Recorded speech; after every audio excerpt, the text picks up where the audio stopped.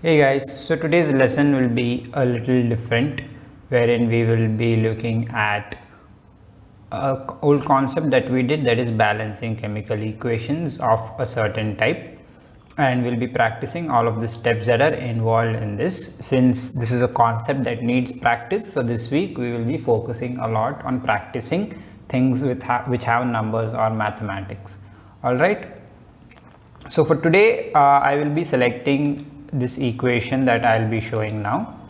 Okay, so this is one type of question wherein we are going to balance the equation, that is sodium carbonate plus hydrochloric acid gives sodium chloride, water and carbon dioxide. So those are my reactants and these are my products.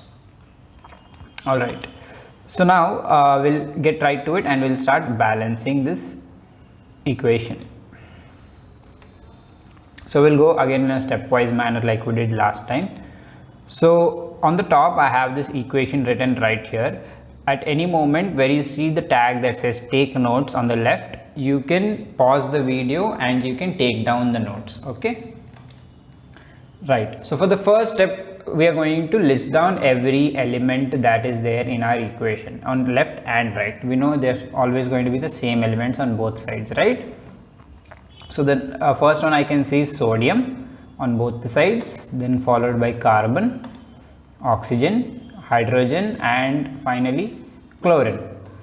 Now these are the symbols along with the names. I need you to observe that C and Cl are actually different. C is carbon and C followed by small l, that is L not I, is chlorine, right? Very different elements. So keep that in mind. So for the next step, what I am going to do, I am going to draw this table where we draw the name of the elements along with left and right hand side, which is nothing but reactant side and product side. You can call it reactant and product or left and right. So here are the list of names and these are the columns for the table. Now to go ahead with it, I am going to now count the number of times the element appears on each side of the table. So I'll be filling up the numbers right beside the names. Now one thing that you have to keep in mind is the number is denoted on the right side of each compound. So if I look at Na2, that 2 belongs to Na right beside it. Okay, and finally if there is no number, then it should be 1. So if you see over here in blue, it is highlighted the 2 and the 3, this 2 and this 3 are marked for sodium and oxygen, but for carbon there is nothing, right? So this has no number, so that is only going to be 1. Okay.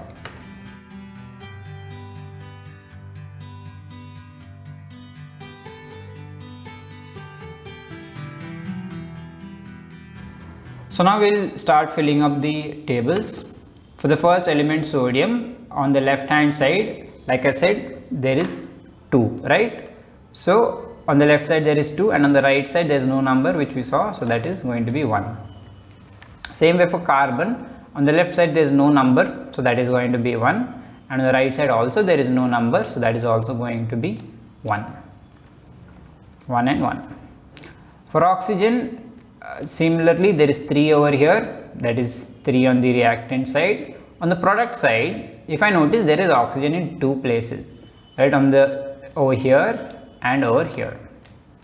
So if I look at it, this oxygen has number 1 because there is no number, so it is 1, plus this oxygen has 2, so it is 1 plus 2, which is nothing but 3, as shown in the table right here.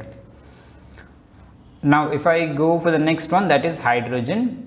In hydrogen, on the left side there is 1, on the right side there are 2, right? So that is 1 and 2.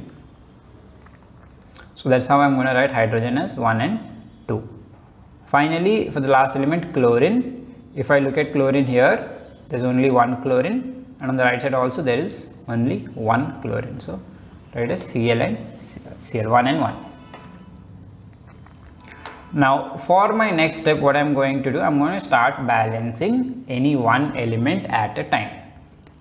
Okay, I will repeat again. If anywhere you are confused, please pause it and take down notes if you have to, or revisit, rewind the video. Okay. Now we're going to pick any one element first to balance. So for starting, what I'm going to do, maybe I'm going to start with sodium, right, since there's the first element in my list, Na. Okay, Na stands for sodium. So now let me take sodium out separately and try to balance it out. Okay, so to compare sodium, on the left side there are 2 sodiums and on the right side there is 1 sodium. So if you see, there's 2 here and none over here. So for me to balance it out, I know that right side is lesser, right? There's only 1 on the right side, 2 is more on the left side. So I need to balance the right side, that is over here sodium, which is in Na. Now, so since Na is less, what I'm going to do here, I'm going to see how do I make sure that Na gets balanced, and that is by multiplying, right? So whichever compound has Na on the right side, that will be multiplied with 2, because 2 into 1 is 2. Okay, keep in mind multiplication. Okay, so you see over here NaCl, since this is 2 over here, what I will do, I'll simply try to write it 2 over here. Okay, so that becomes 2 into NaCl, just like multiplication. So 2 ones out should become 2. So over there like that 2 is going to be written. Okay, now that 2 has been written here, we are going to recalculate what the numbering is going to be. Since sodium has already become 2, notice that this 2 multiplies with the whole compound, not just with Na but also with the Cl that is attached to the Na. So even chlorine is becoming 2. So I'm going to have to adjust even chlorine along with sodium. This is how we are going to rebalance this equation. So I'm going to be changing the values in the table. So this is my reformed equation where there is 2 in red. Now if you remember here, it was sodium was 1, now it has become 2 because of that 2 that we wrote over here. Now another thing that I do notice, 2 into chlorine makes this chlorine also 2. So if you see over here, I have now my 2 over here for chlorine is also unbalanced, right, which is fine, we'll be fixing that later on. Now I'm going to go for the next step, and that is balancing the remaining elements. Okay, now if I take a look back at the table that we made, I can see sodium, carbon, oxygen are all balanced, right? 2 and 2, 1 and 1, 3 and 3.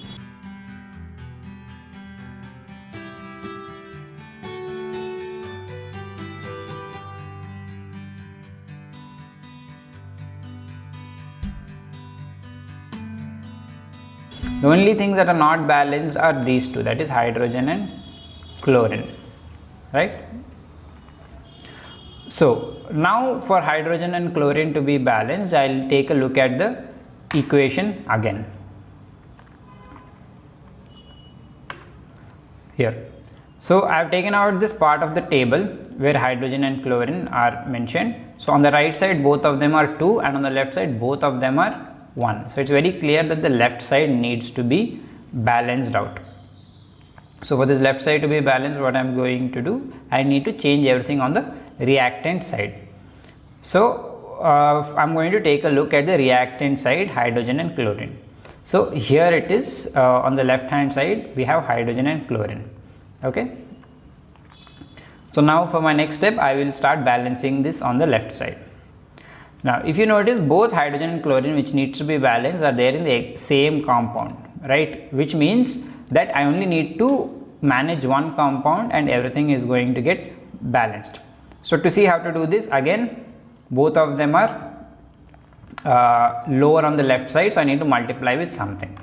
What that something is nothing but 2, right, because 2 into 1 will make it 2. So all I'm going to do is I'm going to make sure that I write a 2 over here. So this becomes 2HCl. Now I'm going to change the table again with this newly added 2. So that 2 will change for hydrogen and for chlorine.